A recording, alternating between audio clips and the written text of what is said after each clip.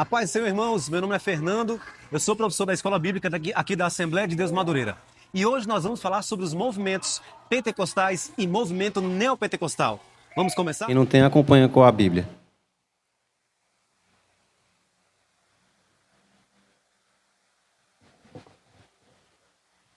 A lição 10. O título diz assim: o movimento pentecostal e o neopentecostal. Renovação e expansão no século XX. O texto áureo de hoje diz assim: de sorte que as igrejas eram confirmadas na fé e cada dia cresciam em número. Atos 16:5. Verdade aplicada da lição.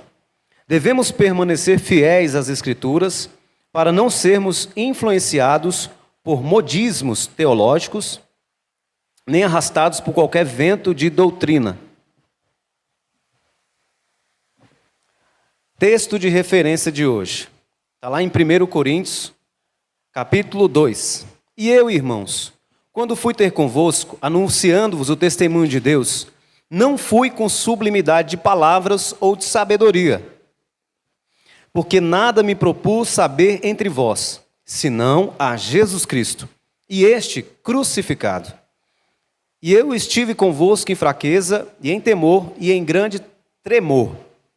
A minha palavra e a minha pregação não consistiam em palavras persuasivas de sabedoria humana, mas em demonstração do Espírito e de poder, para que a vossa fé não se apoiasse em sabedoria dos homens, mas no poder de Deus. Os irmãos podem sentar. Fica à vontade.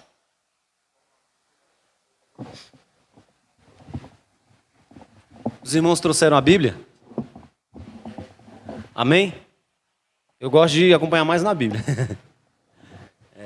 A revista é bacana também, mas na Bíblia fica mais dinâmico, né? Alonso.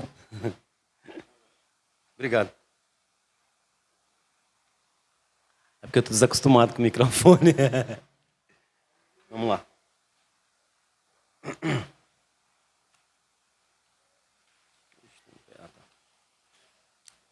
Num tempo de muitos modismos, introdução, em relação às práticas pentecostais, é preciso ter em mente os alicerces do movimento pentecostal, como visto em Atos dos Apóstolos. Assim, nesta lição, nós veremos algumas características do pentecostalismo clássico em comparação ao neopentecostalismo brasileiro.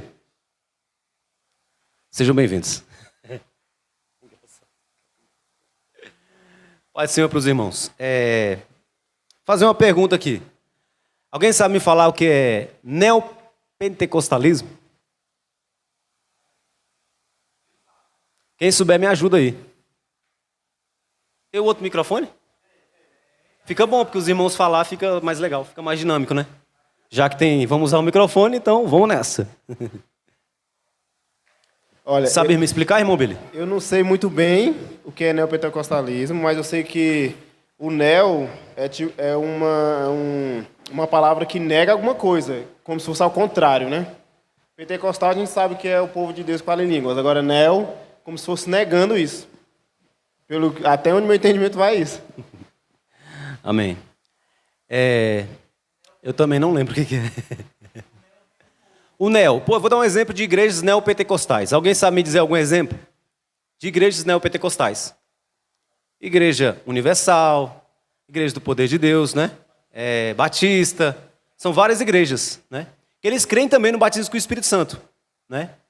E Igreja Pentecostal, por exemplo, Assembleia de Deus, né? Todas as Assembleias de Deus. Ou seja, eles creem lá em Atos 2, né? Que é o batismo com o Espírito Santo, né? Que vem de esse neopentecostal. Alguém lembra? Quem foi a Páscoa? A Páscoa dos judeus. Como é que era a Páscoa dos judeus? Só para a gente dar uma relembrada aqui. A Páscoa dos judeus tinha a festa da Páscoa, né? E era sacrificado um animal, um cordeiro, certo? E depois de 50 dias tinha o quê? A festa de Pentecostes. Era 50 dias depois, exato, depois da festa da Páscoa. Quem foi nossa Páscoa? Senhor Jesus Cristo. Então, se os discípulos, se eles soubessem contar, eles saberiam que eles seriam batizados 50 dias depois. Exatamente, só para introduzir, tá bom? Vamos lá. os alicerces do movimento pentecostal. Após a ascensão, a subida do nosso Senhor Jesus Cristo, quem tiver, acompanha, tá bom? Já a gente vai entrar na Bíblia aí. Após a ascensão do nosso Senhor Jesus Cristo, seus discípulos oraram e aguardaram a descida do Espírito Santo. Atos 2. Até que se cumpriu o que já havia sido profetizado nos tempos do Antigo e anunciado por Jesus Cristo. A igreja então iniciou suas atividades movidas pelo poder do Espírito Santo. Os Atos dos Apóstolos, alguém lembra quem foi que escreveu Atos dos Apóstolos? Lucas. Só que nós poderíamos dizer que eram os Atos do Espírito Santo, não é? Ali foi, no Velho Testamento, fala do Deus Pai, certo? Quando Jesus veio, a era do Deus Filho. E agora, a partir de Atos 2, a partir da descida do Espírito Santo, vem a era de quem? O ministério do Espírito Santo. Vamos continuar aqui. Então, iniciou suas atividades movido pelo poder do Espírito Santo. Assim, ao longo da história da igreja, milhões de discípulos de Cristo têm buscado a experiência e a prática pentecostal. Ou seja, batismo com o Espírito Santo, resumindo, né? Nesse tópico, veremos 3 características da igreja primitiva, que após o ocorrido no dia de Pentecoste, devem estar no alicerce do autêntico pentecostalismo em nossos dias. Está em Atos 2, 42. Ponto de partida, devemos conservar a pureza da doutrina. Alguém sabe me dizer o que é doutrina? Alguém lembra? Todo mundo sabe. Isso, ensinamento. Então ele falou aqui que perseveraram na doutrina de Jesus e na doutrina dos apóstolos, certo? O movimento pentecostal nasceu alicerçado na doutrina dos apóstolos, ou seja, no ensinamento dos apóstolos. Alguém sabe me dizer o que é apóstolos? Escola bíblica, gente, vamos aprender. Todo mundo já sabe, só vamos relembrar. Apóstolos, isso, enviados. Eles são, só para resumir, enviados. Eles são comissionados para fundar igrejas. Para resumir, o apóstolo Paulo, ele saía fundando igrejas, né? Fundando as igrejas, ia de lugar em lugar, certo? E assim, começou a igreja. Vamos que vamos. Isto. Jesus também, a Bíblia chama ele de apóstolo também. Porque ele que fundou, é claro. A Bíblia chama Jesus de apóstolo.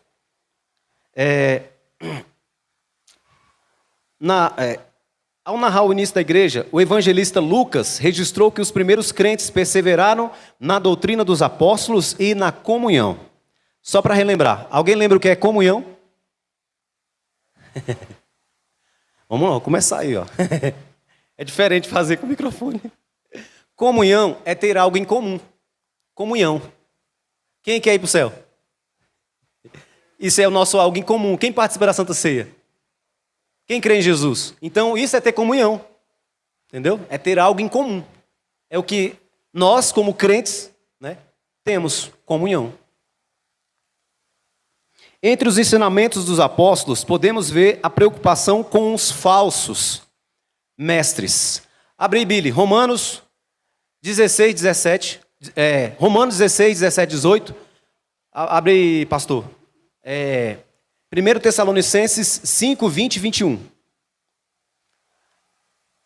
Cabe não? Cabe não? Abre, irmão Carleandro. Abre em 1 Timóteo 6, capítulo 6, versículo 3 ao 5. Já é vocês aí, tá bom? Eita, Jesus. Abriu aí? Lê pra gente, Billy. Romanos capítulo 16, versículo 17 e 18. Isso. Recomendo-lhes, irmãos, que tomem cuidado com aqueles que causam divisões e colocam obstáculos ao ensino que vocês têm recebido. Afastem-se deles, pois essas pessoas não estão servindo a Cristo, nosso Senhor, mas a seus próprios apetites. Mediante palavras suaves e bajulação, enganam o coração dos ingênuos. O apóstolo Paulo está falando aí. O apóstolo Paulo está falando para a gente tomar cuidado com os falsos ensinos. Lê para a gente. É na mesma direção. 1 Tessalonicenses 5, 20 e 21.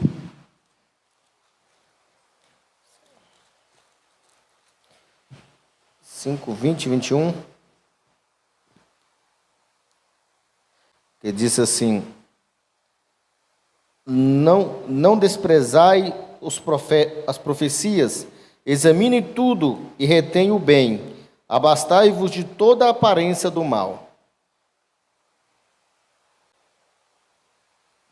1 Tessalonicenses 5, 20, 21 e 22.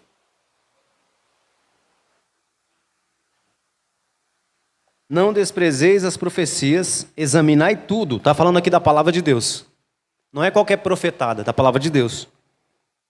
Examinai tudo. Examina. Quando alguém estiver pregando. Eu gosto de estar sempre acompanhando. Quando tem alguém pregando aqui, eu sou meio... Não extingui, ou seja, não apagueis o Espírito Santo. É o fogo do Espírito Santo. Porque se a gente ficar insistindo no pecado, o fogo do Espírito Santo o Espírito Santo pode se apagar na nossa vida. E aí, se a pessoa continuar, né, a Bíblia fala que pode chegar a um ponto que a pessoa não consegue se arrepender mais. Esse é o perigo do Espírito Santo falar com a gente e a gente desobedecer a palavra de Deus, né?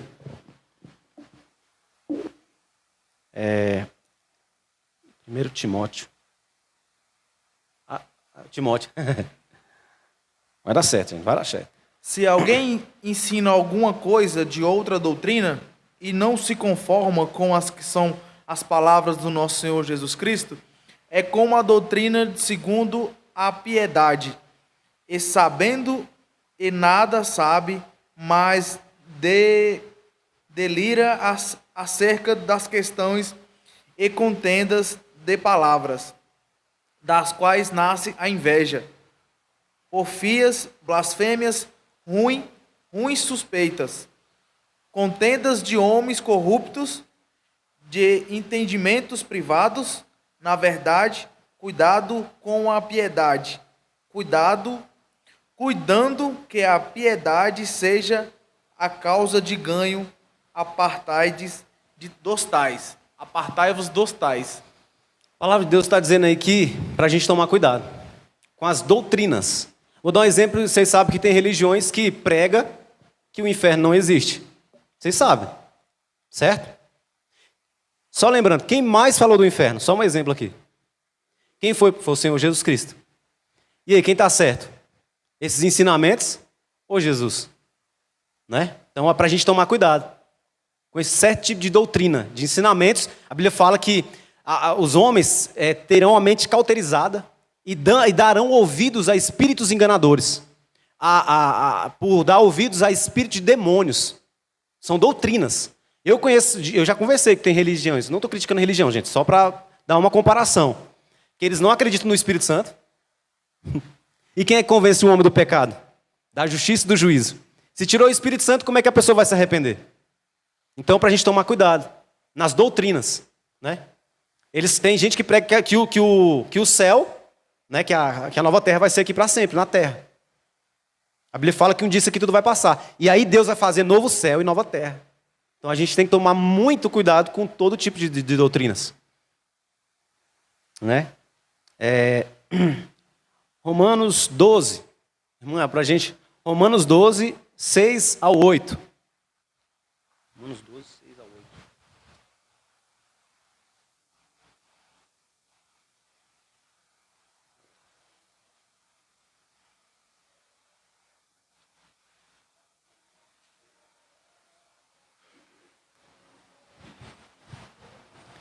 De modo que, tendo diferentes dons, segundo a graça que nos é dada, se é profecia, seja ela segundo a medida da fé.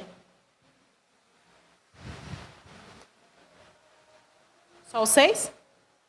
Ao 8. Se é ministério, seja em ministrar. Se é ensinar, haja dedicação ao ensino. Ou o que exorta, use esse dom em exortar. O que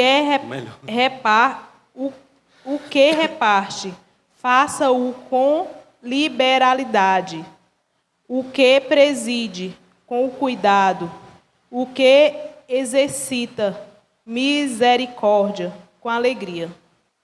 Glória a Deus. De modo que tendo diferentes dons. Lembra, meus irmãos, quem nos dá os dons? O Espírito Santo. E aqui é outro tipo de dons. É dons da graça. Charisma. No original é graça. O que é graça? Favor. Fala aqui, ó. De modo que tendo diferentes dons, segundo a graça que nos é dada, se é profecia, é pregação, palavra de Deus. Seja ela segundo a medida da fé. Se é ministério, esse ministério está falando de servir. Seja em ministrar. Se é ensinar, haja dedicação ao ensino. O que exorta é aquele que anima. Use o dom em exortar, em animar. O que reparte é que tem gente que tem um coração, ele tem facilidade de contribuir, de abençoar os outros. Né? Ele vê o irmão na dificuldade, ele tem um dom de abençoar. Isso é um dom também. Tem outros dons que não vamos falar de outros dons também, que o Espírito Santo nos capacita. Se é ministério, seja em ministrar, que é servir. É ensinar, haja dedicação ao ensino. O que exorta, que é o que anima. Use esse dom em animar. O que reparte, que contribuir, faça com liberalidade. O que preside é o que... Preside é o que governa, é o que cuida, né? Temos as lideranças, certo? Com cuidado, olha só. O que exercita a misericórdia com alegria. Aqui são alguns tipos de dons que o Espírito Santo nos capacita. Nós pensamos só naqueles dons de fé sobrenatural, dom de curas. A Bíblia fala também, mas tem esses dons também. E às vezes a gente nem percebe que tem. Tem gente que tem dom de abençoar os outros. Ele é fácil, né? Tem gente que a pessoa está passando dificuldade, do nada ela está aconselhando. É dom também. É o Espírito Santo usando ela para animar as pessoas. Continuando aqui. Irmão Jojo. Não sei se eu chamo de irmão Jonathan ou Jojo. Você chama de quê, irmão Jonathan? Irmão Jonathan, abre para a gente em 1 Coríntios 12, do 11 ao 7.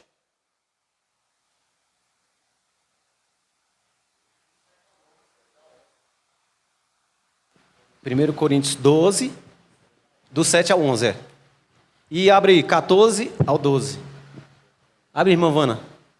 Do 1 Pedro 4, 1 Pedro, capítulo 4, do 10 ao 11.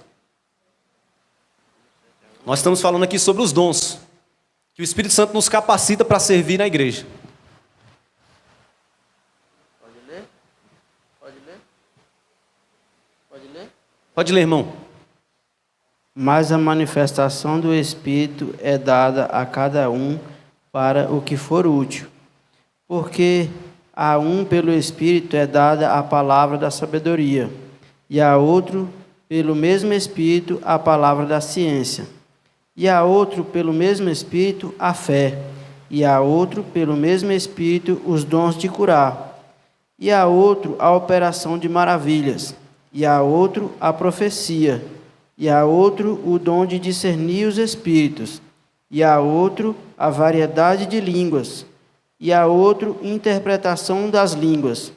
Mas um só e o mesmo Espírito opera todas as coisas, repartindo particularmente a cada um como quer. Obrigado, irmão Jonathan. Mas a manifestação do Espírito Santo, é dada a cada um para o que for útil. Útil a quem? Útil no reino de Deus. Porque a um, pelo Espírito Santo, é dada a palavra de sabedoria. E a outro, pelo mesmo Espírito, a palavra da ciência, que é a palavra do conhecimento. E a outro, pelo mesmo Espírito, a fé. Essa aqui é a fé sobrenatural. E a outro, a operação de maravilhas. E a outro, a profecia. E a outro, o dom de discernir os espíritos. E a outro, a variedade de línguas. E a outro, a interpretação das línguas. Alguém sabe me dizer quem tinha todos os dons? Quem foi o único que foi completo nos dons? Em todos os ministérios, Jesus tinha tudo, ele era completo. Ele era completo. Só que, lembrando aos irmãos, que quando ele foi batizado com o Espírito Santo, alguém viu ele falar em línguas? A Bíblia não relata. Eu achei interessante. Você viu Jesus falando com línguas? A Bíblia não relata isso. Mas a Bíblia fala que o Espírito Santo veio em forma corpórea e repousou sobre ele. Como forma de uma pomba, né? E aí, ele foi cheio do Espírito Santo. E o que ele começou a fazer logo após o batismo do Espírito Santo? Ele começou a curar, a evangelizar, a expulsar demônios, a ressuscitar mortos, a curar leprosos. E a escolher os discípulos. Esses dons que o Espírito Santo capacita a igreja são vários dons, né? O dom da palavra de sabedoria é uma mensagem vocal sábia, anunciada mediante a operação sobrenatural do Espírito Santo. Às vezes você percebe na vida de pessoas que têm esse dom. Ele tem uma palavra de sabedoria. Ele fala uma palavra que vai lá no fundo da alma da pessoa.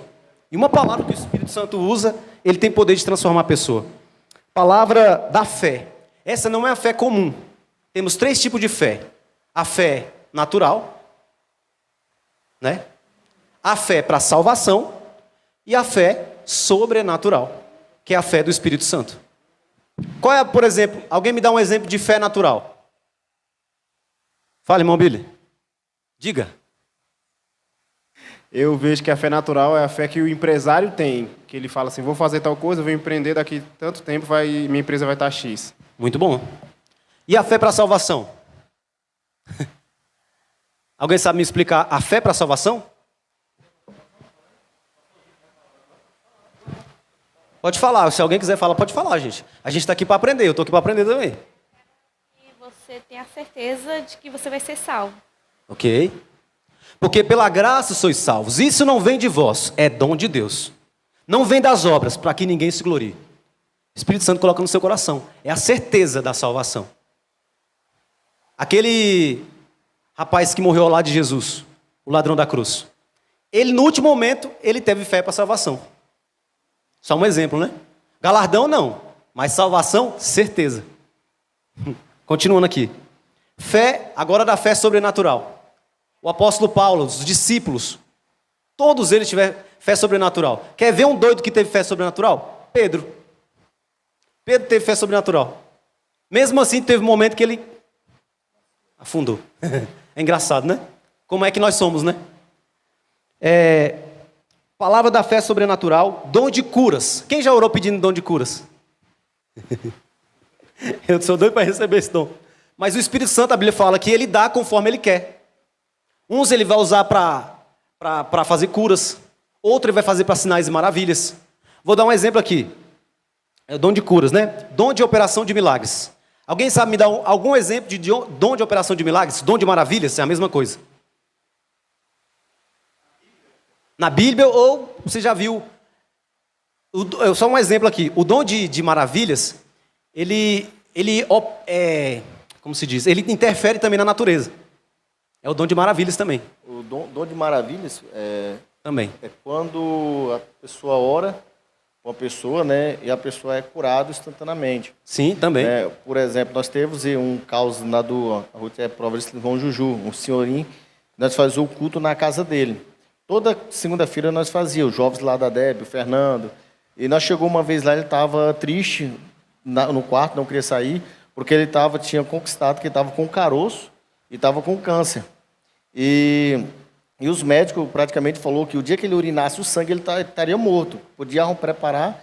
E nós chegamos lá e perguntamos ele se ele tinha fé para ser curado. Ele falou, irmão Vitor, eu tenho 60 anos de crente. Se eu não tiver fé, todo o tempo de crente foi jogado água abaixo. Não valeu o tempo que eu servi a Deus.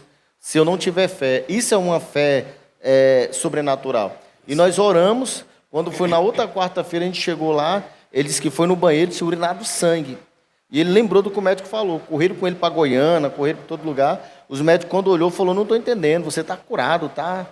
Ou seja, foi a fé dele, através da oração que a gente fizemos, a fé dele foi sobrenatural, alcançou o sobrenatural. Sim. Esse é um exemplo de uma fé sobrenatural. Pode falar. Josué orou e o sol parou. Isso, também. Ele interfere na natureza. Pedro teve fé. Né? Não foi ele que operou, foi Jesus, tá? E Jesus foi dom de maravilhas, porque alterou na natureza. Por exemplo, a pessoa orar aqui, eu tenho um braço mirrado, um braço curto, a pessoa nasce um braço, cresce o braço. Maravilhas também. E também interfere na natureza. Jesus, você sabe mais ou menos quantos quilômetros ele andou, isso sobre as águas? Alguém já parou para estudar isso aí? Olha só que maravilha. Alguém pensa que Jesus andou, vamos supor, daqui ali na Claudete. Não. De acordo com os estudiosos, ele andou mais ou menos 5 quilômetros. Imagine você andando 5 quilômetros sobre as águas, aquelas tempestades. Continuando aqui. Dom da fé, dom de cura, dom de operação de milagres, dom de profecia. Dom de profecias, vou dar um exemplo aqui, o pastor Wilson. Ele era profeta e ele é usado no dom de profecias. Você vê que toda vez que o Espírito Santo usava ele, era difícil, talvez, dar uma coisa errada. Eu nunca vi. Pelo menos na minha vida, o que ele falava, geralmente acontecia. Ele era usado, ele é profeta, além de ter o ministério de profeta, né, que é os dons ministeriais, ele tinha o dom de profecia.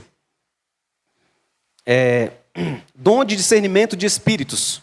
É aquele dom que a pessoa ele vai distinguir se aquilo é de Deus ou não. Tem gente que tem esse dom. Um exemplo, Paulo, né? Que quando Paulo ia, aquela jovem, que ela chegava ali e dizia, vejo que verdadeiramente esse homem era um homem de Deus. Ela não mentia, mas porém o espírito que estava testificando para ela não era o espírito de Deus. E Paulo teve discernimento. É tanto que ele chegou ali e expulsou. É verdade. Então assim, nós temos que buscar, é um dom que a igreja hoje necessita buscar. O discernimento do espírito, o que é verdadeiramente do espírito e o que não é. Isso certinho. Continuando aqui. Falar uma coisa?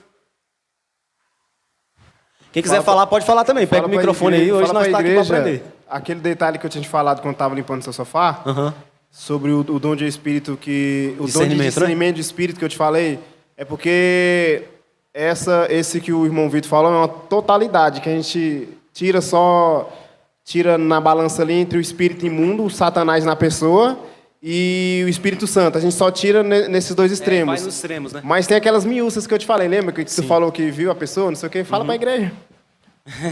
Jesus. Eu tava indo pra Goiânia, aí eu pensei que eu tava julgando o cara. Eu olhei pra um rapaz, aí veio na minha mente assim, maconheiro, Jesus, Espírito Santo, me perdoa, Senhor, eu tô julgando o homem. Aí quando eu passo um tempinho, eu tô vendo o cara fumando maconha. Misericórdia. Tipo assim, eu fiquei pedindo perdão, depois eu senti um fedor de maconha, eu vi o cara fumando maconha. Entendeu? Na minha mente que eu tava, tipo, julgando o cara. Eu não entendi o que foi aquilo. Mas pode ter sido isso também, né? Eu não sei se eu tenho um dom de discernir. Continuando aqui. Dom de discernir os espíritos, dom de variedade de línguas. Quem fala em línguas aí? Eu não falo. Eu acho muito lindo, mas eu não tenho esse dom. Eu acho muito bonito. Ele fala que é para edificação da própria pessoa, né? É a pessoa falando em mistérios com Deus. Resumindo aqui o dom de línguas. E dom de interpretação de línguas. Eu vi um caso, uma vez, um pastor amigo meu falou que uma pessoa falou em línguas e ele foi usado para interpretar. E nunca mais eu ouvi. Mas aconteceu. Pastor André, que falou isso para mim uma vez.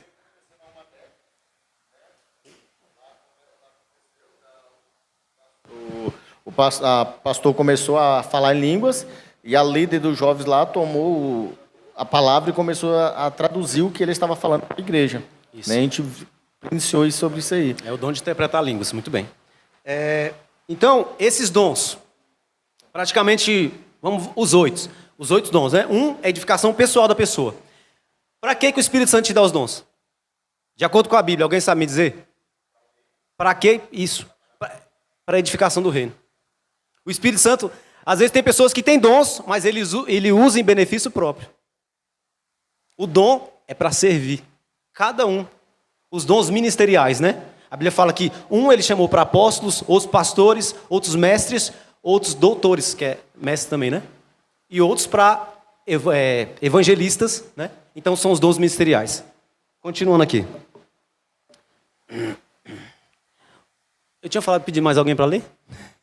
Vana! Foi Pedro, né? É isso. 1 Pedro 4, 10, 11. 1 Pedro, capítulo 4, versículo 10 a 11, por favor. Cada um administre ao outro o dom como recebeu, como bons despenseiros da multiforme graça de Deus. Se alguém falar, fale segundo a palavra de Deus. Se alguém administrar, administre segundo o poder de Deus dá, para que em tudo Deus seja glorificado por Jesus Cristo, a quem pertence a glória e poder para todo sempre. Amém. É o que nós acabamos de falar. Os dons é para servir para a glória de Deus e servir a igreja. Para a edificação do corpo de Cristo. A Bíblia fala para que nós sejamos varões completos, a chegar até a medida da estatura de Cristo. Ou seja, a vontade de Deus é que nós sejamos mais parecidos com Jesus. Como é que é? Mais parecido possivelmente com Jesus. Essa é a vontade de Deus, para todos nós. Para as irmãs, para os irmãos, para todo mundo. Que todos nós vimos chegar à estatura completa de Cristo. Ou seja, Jesus era completo, nos dons e no ministério. Jesus era pastor, Jesus era profeta, Jesus era tudo. Glória a Deus. Continuando aqui. Estão todos entendendo? Se não estiver entendendo, vamos voltar e pergunta para os professores. O movimento pentecostal nasceu alicerçado na comunhão. O movimento pentecostal nasceu alicerçado na comunhão entre os irmãos, a qual busca manter ainda hoje, seguindo o modelo de culto e ensinamentos que caracterizavam a igreja primitiva. Irmã Helenice, abre lá em Hebreus 10, 24, 25, por favor. Hebreus capítulo 10, versículo 24, 25. Isso aí é Hebreus 10, 24, 25. Versículo 24, 25. Senhor da glória. Eita Jesus, eu já estou devagar. E consideremo-nos uns aos outros para nos estimularmos ao amor e às boas obras. Isso. 24. Não deixando nossa mútua congregação, como é costume de alguns, antes amoestando-nos uns aos outros, e tanto mais quanto vedes que se vai aproximando aquele dia. Obrigado, irmã. 10, 24, 25. Resumo rápido aqui.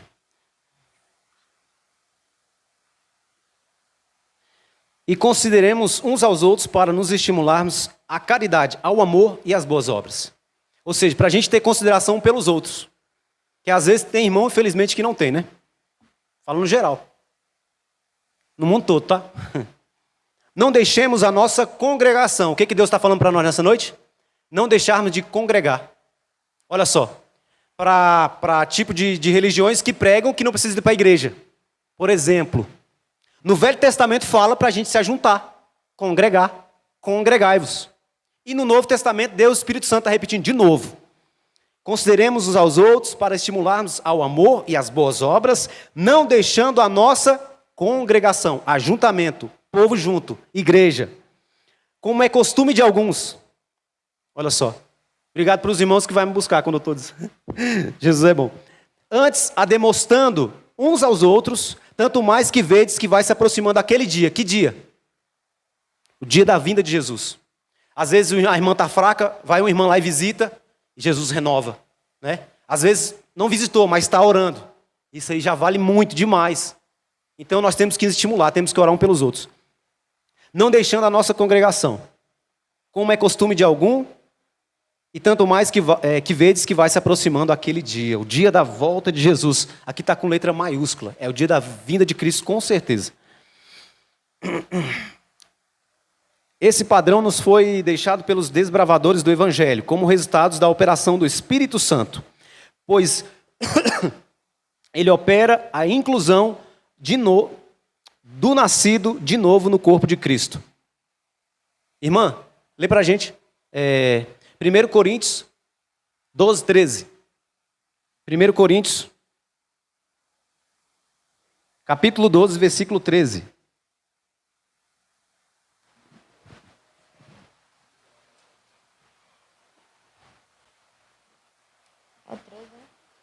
É o verso 13? 12, 13. Tá. Por favor. Pois todos nós fomos batizados em um Espírito, formando um corpo, quer judeus, quer gregos, quer servos, quer livres, e todos temos bebido de um Espírito. Quando nós cremos em Cristo, a Bíblia fala que nós somos batizados, ou seja, imergidos. Quem já se batizou aí? Nas águas. Glória a Deus, todo mundo é batizado. Quando você aceita Jesus como teu Salvador, a Bíblia fala que nós somos imergidos na água. Quem é essa água? Não estou falando do batismo natural. Está falando do Espírito Santo. Ele é o próprio rio da água da vida. Jesus falou assim: aquele que crê em mim, rios de água viva fluirão do seu ventre. Disse ele do Espírito Santo. Está falando do Espírito Santo. E é o Espírito Santo que faz essa união. Ele que faz essa unidade da igreja. Certo, irmão Billy? Continuando aqui. A unidade do corpo de Cristo. Efésios 4:3. E a comunhão. Portanto, somos chamados a viver em comunhão com os nossos irmãos, assim como os primeiros cristãos viviam, segundo a mesma fé, o mesmo sentimento e o mesmo amor. Isto é, segundo o mesmo propósito. Salmo 133. Ó, quão precioso é que os irmãos vivam em união. Essa vontade é a vontade do próprio Deus para nós. Quer ver um negócio que deixa triste o Espírito Santo? É quando nós estamos desunidos. É verdade, às vezes falando mal do outro, fazendo comentários. Isso entristece o Espírito Santo. Entristece de verdade. Tem em Provérbios, a Bíblia fala que... Eu não esqueci agora. Continuando aqui, depois eu vou procurar lá em Provérbios. Deu branco agora. O movimento pentecostal nasceu alicerçado na oração. A Assembleia de Deus surgiu tendo como base os princípios de oração do movimento pentecostal, iniciado no capítulo 2 de Atos dos Apóstolos. A igreja primitiva nos ensina que a oração é uma das coisas mais importantes da vida da igreja de Jesus Cristo. Filipenses 4:6. Lê pra gente, irmã. Filipenses. Isso. Filipenses. Alguém lembra quem escreveu Filipenses? Ok. Filipenses. Isso. Gente, estou só resumindo aqui porque o tempo já está corrido, tá? Vai dar tempo. Não andeis ansiosos de coisa alguma, em tudo, porém, sejam conhecidas diante de Deus as vossas petições, pela oração, pela súplica, com ações de graça. Glória a Deus. Não andeis ansiosos de coisa alguma, mas em tudo sejam conhecidas as vossas petições e orações com ações de graças. Está falando que quando a gente estiver ansioso, fazer o quê? Qual tem sido o mal hoje do nosso século? Isso aí, todo mundo está sujeito. Tem ninguém melhor que ninguém. Ansiedade é excesso de futuro. Eu luto contra isso. É você pensar demais lá na frente. E depressão, o que é? Passado demais. Excesso de passado. Depressão. Como se fosse um buraco, né? Um buraco da alma. Todo mundo está sujeito. Igual, só corrigindo o irmão aqui, ele falou que não querem justificar nada. O pastor pregando, falou, depressão é coisa não sei o quê. Tipo, como se fosse uma coisa. Só quem passou é que sabe. Elias era homem de Deus ou não era? Elias passou por um momento de depressão ou não? Era demônio? Entendeu? Todo mundo está sujeito, tem ninguém melhor que ninguém. Jonas, já vi grandes homens de Deus, não só na Bíblia. Jesus teve o seu momento de angústia, de ansiedade, porque ele sabia o que ia acontecer com ele. Jesus passou por isso. Aquele momento de sofrimento que a Bíblia fala que ele transpirou até sangue. Então todo mundo está sujeito. Não justificando nada, gente. Só para dar um exemplo, que nós não somos robôs. Nós somos pessoas. Todos nós estamos sujeitos. Mas a Bíblia fala que em tudo sejam conhecidas as vossas petições diante de Deus, lançando sobre ele toda a vossa ansiedade, porque ele tem cuidado de vós. Jesus fala que cuida de nós. Continuando aqui nessa noite. Dizemos isso por entender que um dos pontos fortes do pentecostalismo primitivo foi a vida pautada na oração. Registra que a igreja orava pedindo direção de Deus. Atos 1:24. Quem pode ler para mim, por favor?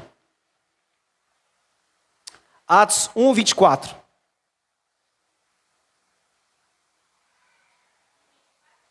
Isso.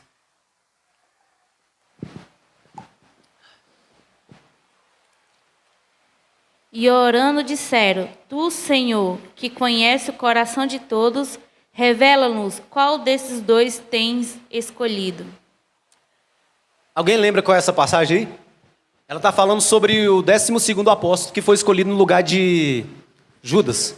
Alguém lembra quem era? Matias. Não é aquele lá do filme não, tá? É o Matias. Tinha dois sendo escolhidos. Não sei se era José ou Justo, se eu não me engano. Não lembro.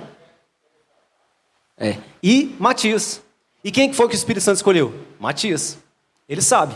Ele foi contado com os 12 no lugar de Judas. Infelizmente, Judas, né?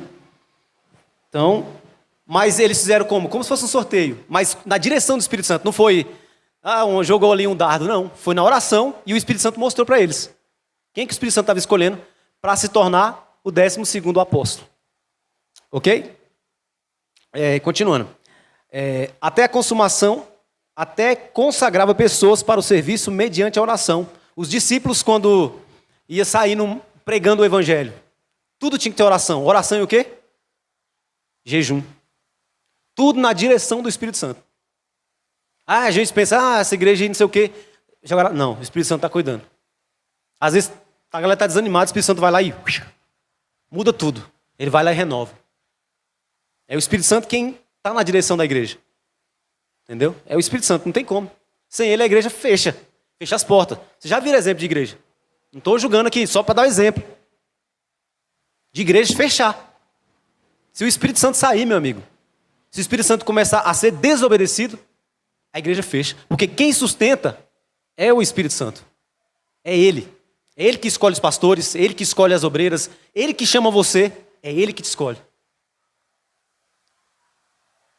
Diga. No livro de Atos, até para escolher quem ia distribuir comida, a Bíblia fala que os apóstolos oraram para escolher quem ia distribuir comida. Coisa simples, e né? não foi qualquer pessoa que distribuiu comida, foi gente capacitada. Estevão e Filipe os cabeças ali. Estevão e Filipe, a Bíblia fala que eles tinham o Espírito de Deus. Cheios do Espírito cheio Santo. do Espírito Santo e ambos profetas. E um era evangelista também. Para escolher e distribuir comida, hein? Só para você ver como é coisa é séria. Falar alguma coisa? Alguém quer fazer um comentário? Então vamos continuar aqui. Gente, eu estou resumindo aqui porque o tempo está corrido, tá? Se pular alguma coisa que vocês não esquentam, não. Eu ensinei que o movimento pentecostal nasceu alicerçado nos princípios da igreja primitiva, doutrina dos apóstolos, comunhão e oração. As marcas do pentecostalismo clássico. O pentecostalismo clássico tem 3 marcas distintivas, considerando o registro bíblico em Atos e o início do movimento pentecostal no Brasil. Refletir sobre isso possibilita a compreensão adequada dos termos pentecostal e pentecostalismo. Quem é pentecostal aí? Pentecostal vem ali. Quem crê no batismo do Espírito Santo, né? Pentecostalismo é o movimento, né? É o que nós cremos. Tem igrejas, não vou falar denominações, tá, gente? Que não crê no batismo do Espírito Santo. Que não crê nos dons. Tem igrejas que creem que os dons ficou só lá no passado. Vai da fé de cada um. Está aqui na Bíblia, então eu creio nos nossos dias. Um movimento que não desiste de proclamar as boas novas. A primeira marca do movimento pentecostal que destacamos aqui é o vigoroso impulso para evangelizar. Abre a irmã. Lá em Marcos 16, 15 e 16. Evangelho segundo Marcos. Alguém sabe quem escreveu o Evangelho de Marcos? Com as palavras de quem? Provavelmente. Você não sabe? Ele era pupilo de um grande apóstolo. Não, já vou falar já. Calma aí. Isso, 16, 15, 16. Por favor. E disse-lhes: Ide por todo o mundo, pregai o evangelho a toda criatura. Quem crê e for batizado será salvo, mas quem não crê será condenado. Essa passagem, eu às vezes já falei várias vezes, essa passagem é forte. É forte. Ide, esse ide é o imperativo, ele não deixa escolha. Ide, vá, por todo mundo, pregai o evangelho, as boas novas, a toda criatura. Não são todos filhos de Deus, como nós sabemos. O mundo pensa, eu sou filho de Deus. O cara está cheirando pó, está matando, está fazendo outras coisas, não vou falar o nome. Está servindo o diabo. E ele pensa que é filho de Deus. E tem pessoas que às vezes são pessoas boas. Mas Jesus falou, se não nascer da água, palavra também. E do Espírito Santo não poder entrar e nem ver o reino de Deus. João 3. Ou seja, só se torna filho de Deus quem crê no Filho de Deus. Quem o Espírito Santo gerou, né? E faz o novo nascimento. Então, é uma obrigação nossa. falar do Evangelho, né? Nós tivemos oportunidade, vamos falar de Jesus. Isso é muito importante. Porque um dia isso vai ser cobrado da gente também, tá, gente? Não sei se vocês sabem. Está lá em Jeremias. Não, Ezequiel, né? Ezequiel 18. Que fala da responsabilidade de falar da palavra de Deus. Depois a gente procura ir, mas eu tenho certeza que é. Continuando aqui. Os missionários fundadores da Assembleia de Deus do Brasil, Daniel Berg e Gunnar Wingren, ensinaram sobre a importância de proclamar a salvação. Eles difundiram esse princípio com grande convicção, fazendo com que as Assembleias de Deus estivessem espalhadas por todas as capitais do Brasil em um curto espaço de tempo, por meio da proclamação das boas novas de Cristo. Os homens tinham ousadia. Eles falavam de Jesus. Nós temos que pedir ao Espírito Santo para nos capacitar também. Porque só Ele. Se o Espírito Santo não capacitar a pessoa para falar, a palavra sai seca, sai vazia. Mas se o Espírito Santo capacitar, ela produz o resultado para a qual é mandada. Uma puladinha aqui. A constante busca pelo Espírito Santo. No dia de Pentecostes, o Espírito Santo foi derramado sobre a igreja, enchendo e batizando os crentes, tal como anunciou Jesus. Essa foi uma promessa do Pai, né? Eis que nos últimos dias derramarei do meu Espírito sobre toda a carne, vossos velhos terão sonhos, vossos jovens profetizarão. Eu não lembro como é que é o texto, mas o Pai prometeu, Jesus falou também: esperai em Jerusalém até que do alto sejais revestido de poder. E Jesus cumpriu 50 dias depois que ele subiu aos céus. A Bíblia fala que ele ficou 40 dias aqui na terra vivo, e mais de 500 pessoas, está na Bíblia também em Atos, né? Se eu não me engano, mais de 500 pessoas, certo? Mais de 500 pessoas viram Jesus ressuscitado. Só que daquelas 500, só algumas foram batizadas. Alguém lembra quantas? Só 120 pessoas. Foram os que continuaram buscando, perseverando em oração e em jejuns, com certeza. Eles estavam buscando. Então está falando da nossa perseverança em buscar o Espírito Santo. A partir daquele momento, em diferentes lugares e circunstâncias, encontramos o testemunho de indivíduos e comunidades que experimentaram o batismo no Espírito Santo com evidência inicial de falar em línguas. Isso aqui foi um debate que surgiu lá na sede. Eu estava... Só para dar um esclarecimento aqui, tá? Quem tem certeza que ser batizado com o Espírito Santo tem que falar em línguas? Levanta a mão. Quem tem certeza absoluta?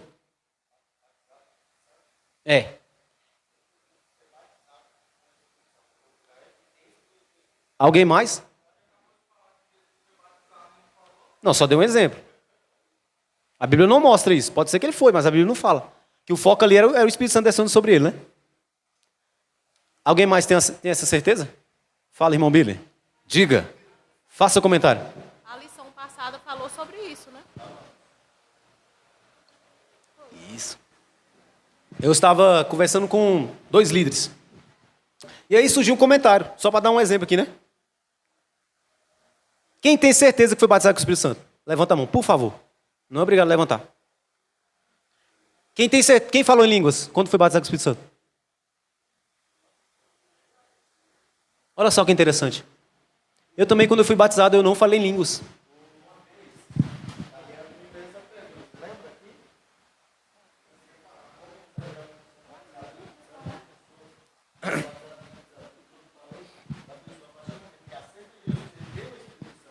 Certinho. O próprio Jesus falou que quando a pessoa aceita Jesus, o Espírito, ele já tem o Espírito Santo.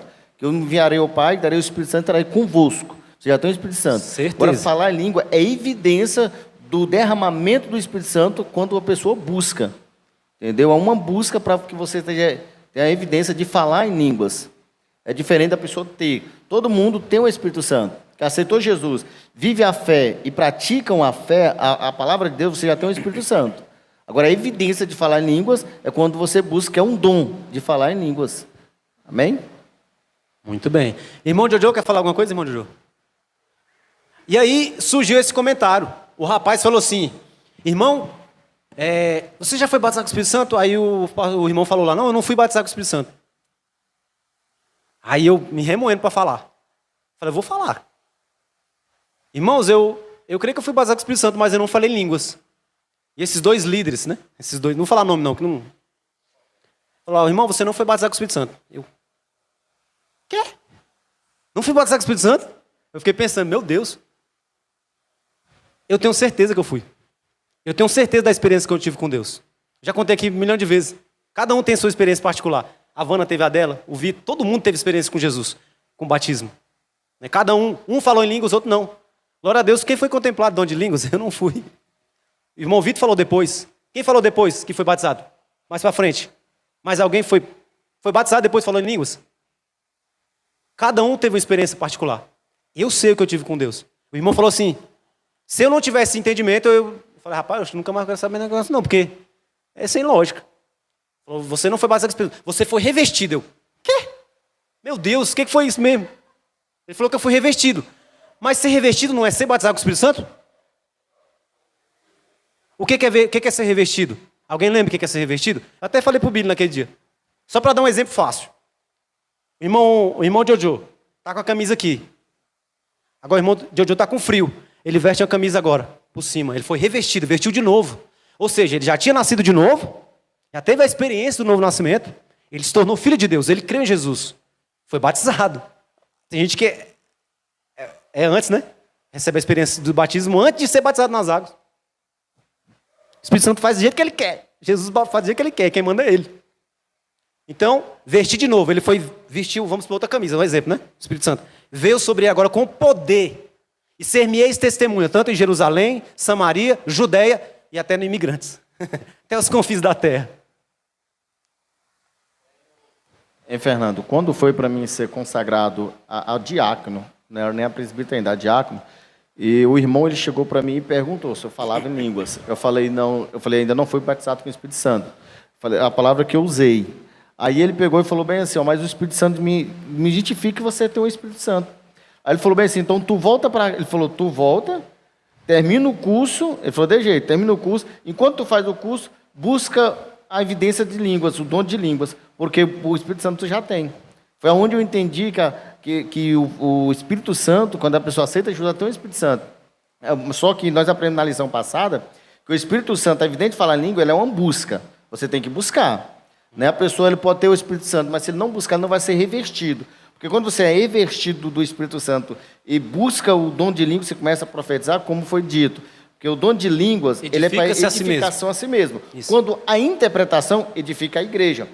Porque assim, eu costumo dizer, e com toda a eloquência, que o Espírito ele é sujeito ao profeta.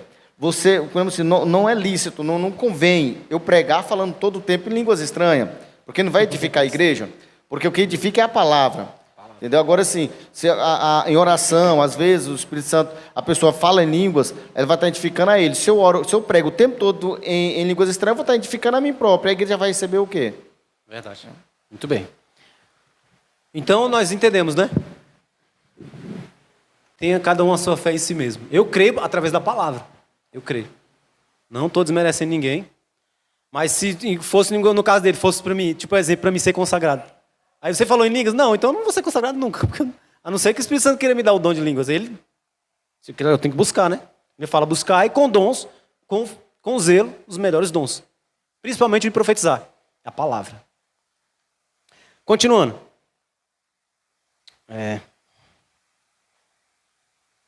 Vou para o 2.3. O movimento que não desiste de ensinar as Sagradas Escrituras. A vertente teológica do pentecostalismo clássico adota um modelo mais confessional, um código doutrinado. Vide o credo da CONAMAD. Alguém sabe o que é CONAMAD? É da igreja, né? É a convenção, né? Convenção Nacional da Assembleia de Deus. Ah, tá, é isso mesmo. Publicado mensalmente no jornal O Semeador. Nas primeiras décadas, a Assembleia de Deus era considerada equivocadamente um movimento sem fundamentação teológica. Contudo, a Assembleia de Deus crê e ensina que todas as experiências espirituais devem passar pelo crivo da Bíblia.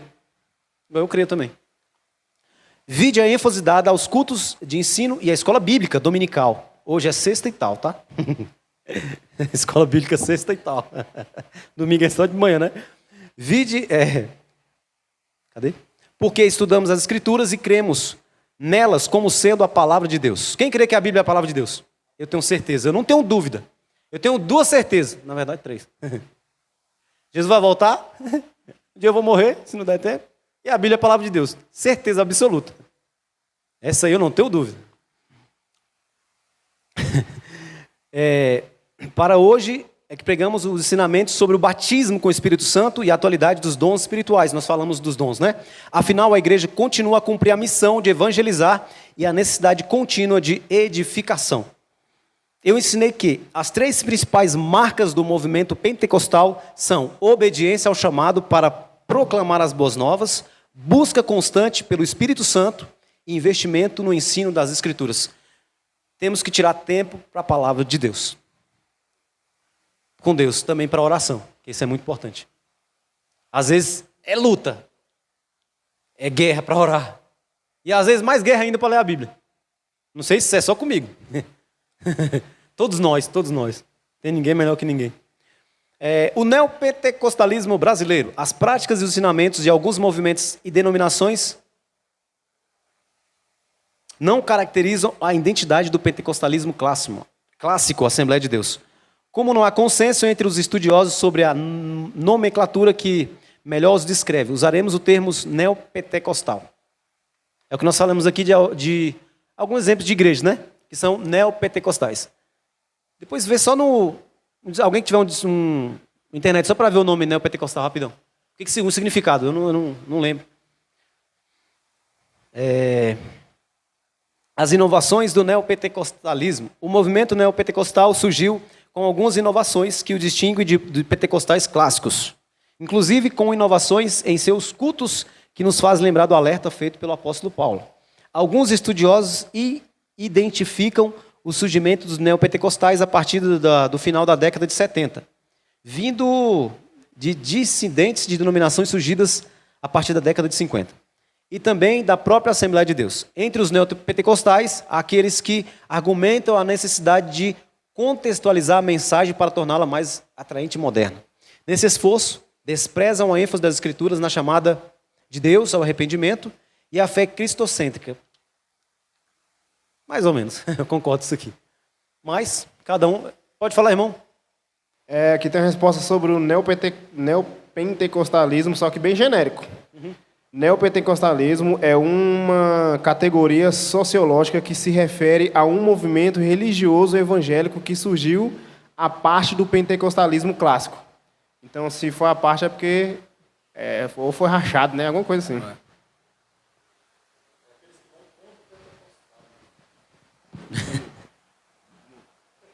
Mais ou menos.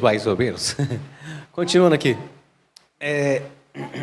Quem foi que saiu de igrejas neopentecostais antes de ser assembleano? Alguém? Que veio de outra denominação que era neopentecostal. Por exemplo, dá um exemplo da Igreja de Valdomiro de Santiago, Universal, né, que são consideradas neopentecostais. Que eles creem também no batismo com o Espírito Santo, tá? Só que, por exemplo, teologia da prosperidade, tal, entendeu? É tipo algumas doutrinas. Isso aqui eu acho que é bem particular. É um negócio bem polêmico. É igual a vertente, por exemplo, que dá um exemplo aqui de pré-tribulacionista, meso-tribulacionista e pós-tribulacionista. Ou seja, uns creem que a igreja é arrebatada, né, antes da grande tribulação, outros creem que é no meio e outros creem que é no final. Ou seja, a certeza que eu tenho é que a igreja vai ser arrebatada. Entendeu?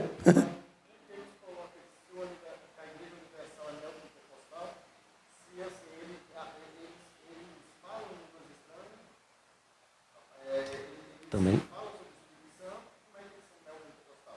São considerados. De acordo com os pentecostais, entendeu? O embate, entendeu?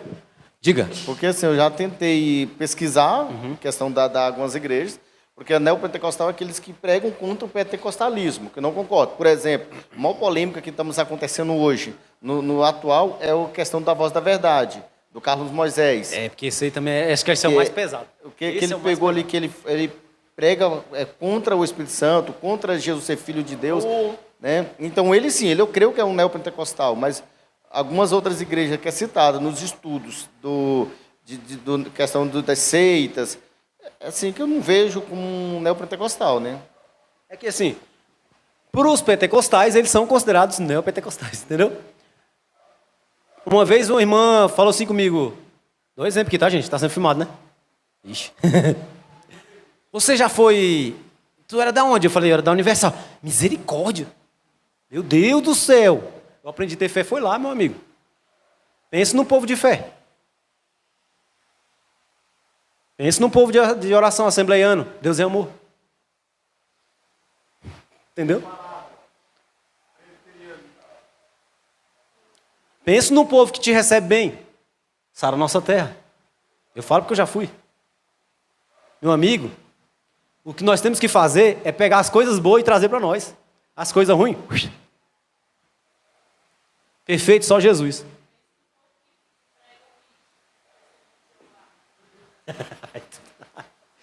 Nós temos que ser, dessa parte, temos que ser igual a eles. Coisa boa deles. Mas infelizmente eles não creem. Jesus para eles é como se fosse um Deus menor, entendeu? Aí tirando as coisas que é o mais importante, que é Jesus e o Espírito Santo, se não fosse, né? Até para levar. Mas... Tirou o mais importante, que é o Espírito Santo de Jesus, aí quebrou. Hein, Fernando? Oi. O neopentecostalismo significa a teologia do domínio. Domínio. É por isso que, às vezes, por exemplo, a Universal, eles acreditam no Espírito Santo, mas é considerado neopentecostal. Sim, é porque, assim, é uns trem, esse negócio de doutrina, é meio... Porque eles acreditam na prosperidade. Tipo na teologia da prosperidade. É, beleza, mas quem que não quer ser próximo, próspero financeiramente? Então, é um trem assim que é, né? Tem uns... Que eles... Diga. Vá.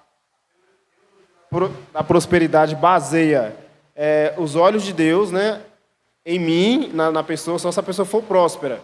Tipo assim, no Velho Testamento era assim, se a pessoa era doente, pobre, paupérrima, miserável, mendigo, Deus não estava com ela. Se era saudável e rico, Deus estava com ela. Então a teologia da prosperidade baseia-se nisso, nesse século 21, Na 22. nossa visão, né? Porque, por exemplo, quem era que tinha esse pensamento aí, da época de Jesus? Alguém lembra? Quem tinha um pensamento Esse pensamento que tu falou. de maldição de ser pobre? É, os fariseus. Os fariseus eram... Entendeu? Então é o nosso perigo também da gente não se tornar um fariseu. Jesus falou, raça de víboras, hipócritas, atores, falsos. Vocês falam, mas não faz. Nós não vigiar, meu amigo. Todos nós. Não é verdade? Só para estou quase finalizando, tá, gente? Alguém está desentendendo ou está entendendo aí? Amém? Então, esse é um debate interessante, né? Eita, Jesus. Vamos nessa. Eu parei aonde mesmo? Ah, tá. A pluralidade neopentecostal. A pluralidade... Quase que não sai, que trava a língua. A pluralidade na liturgia pentecostal tem sido alvo de constantes estudos. A corrente teológica recorre a promessas e discursos mágicos para a resolução de problemas diversos, como relacionados à vida financeira e à saúde. Muitos desses cultos chamam a atenção pelos excessos cometidos nos púlpitos, os quais tomam o lugar de Cristo na pregação. Na realidade, o Cristo não é o mais importante, mas os sinais. Cada um tem a sua linha de pensamento nessa parte. Alguém já ouviu pregação dos pastores da Universal? Só para dar um exemplo aqui, tá, gente? Não é falando mal de igreja. Cara, velho, quando eu ouço a pregação, vou dar um exemplo daquele... O irmão Daniel gosta até de postar ele, o Bispo Jades. Quando eu ouço a pregação daquele cara, velho, eu tenho temor de Deus, velho. Não tem como dizer que aquele cara não é de Deus. Não tem como, velho. O que ele mais fala é da volta de Jesus. Pode pegar as pregações tudinho. Um ou outro vai falar que lá tem culto de segunda-feira que é de prosperidade. Não discordo. Na minha parte, tá? Se você discorda, é outra coisa.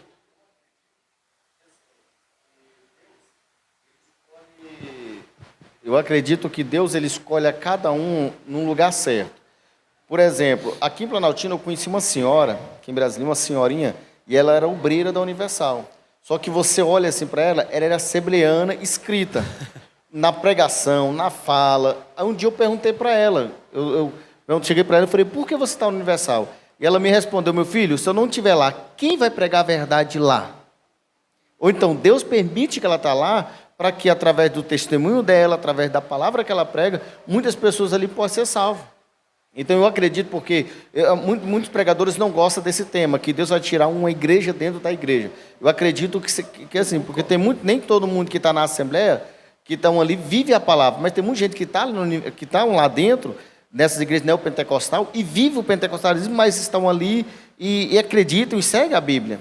Com e certeza. muitos estão chamados, tem um chamado ali, como esse pastor mesmo, para falar a verdade. Então, o povo ali está ouvindo a verdade. Só vai seguir a palavra quem quiser. Quem não quiser, não vai Quem não seguir. quiser, é em todos os lugares.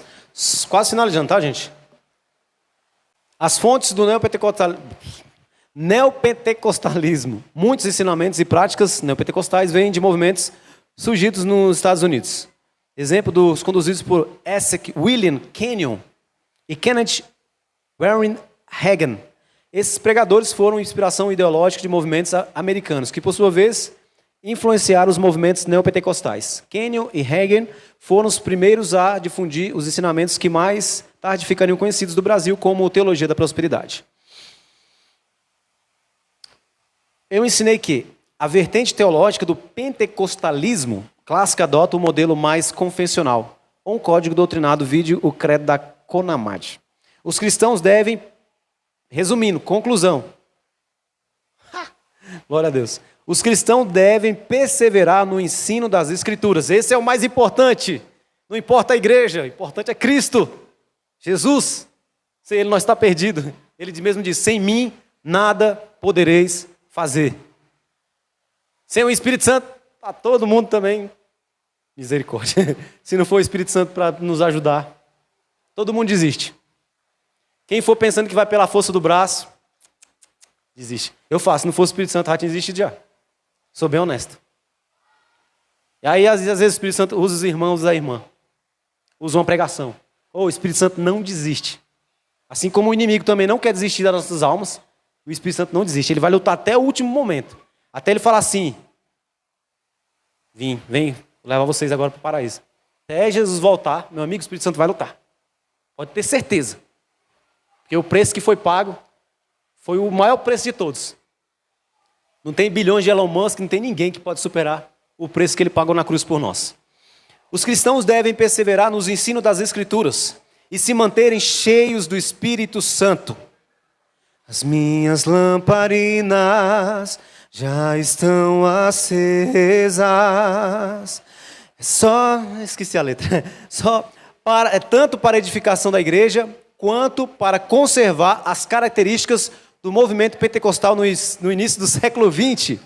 Jesus Cristo salva, Jesus Cristo cura, Jesus Cristo batiza com o Espírito Santo e breve voltará. Por isso precisamos cultivar um viver em santificação. Agradeço minha oportunidade em nome de Jesus. Espero que tenha entendido pelo menos alguma coisa. Hã?